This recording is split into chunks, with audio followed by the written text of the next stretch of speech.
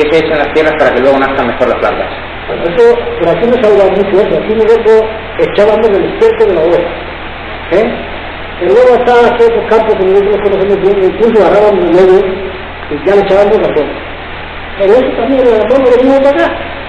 Pero antiguamente era pasar los corrales, o sea, llevar un atajo de ovejas que tenía el tío en la finca, el tío Lama, el tío, y iba todos los días pasando, guardando el aviso, y eso era, o sea, mejor que la zona y mejor que la zona. ¿Y qué cereales se cultivan aquí en Garovilla? Bueno, pues aquí ahora no se puede decir nada, pero antiguamente se cultivaba el trigo. Bien trigo trompesino, bien trigo trinchero, bien trigo... Ahora me sale así, trigo capetorro, en fin, había trigo, había muchas clases. Y cebada no había nada más que una.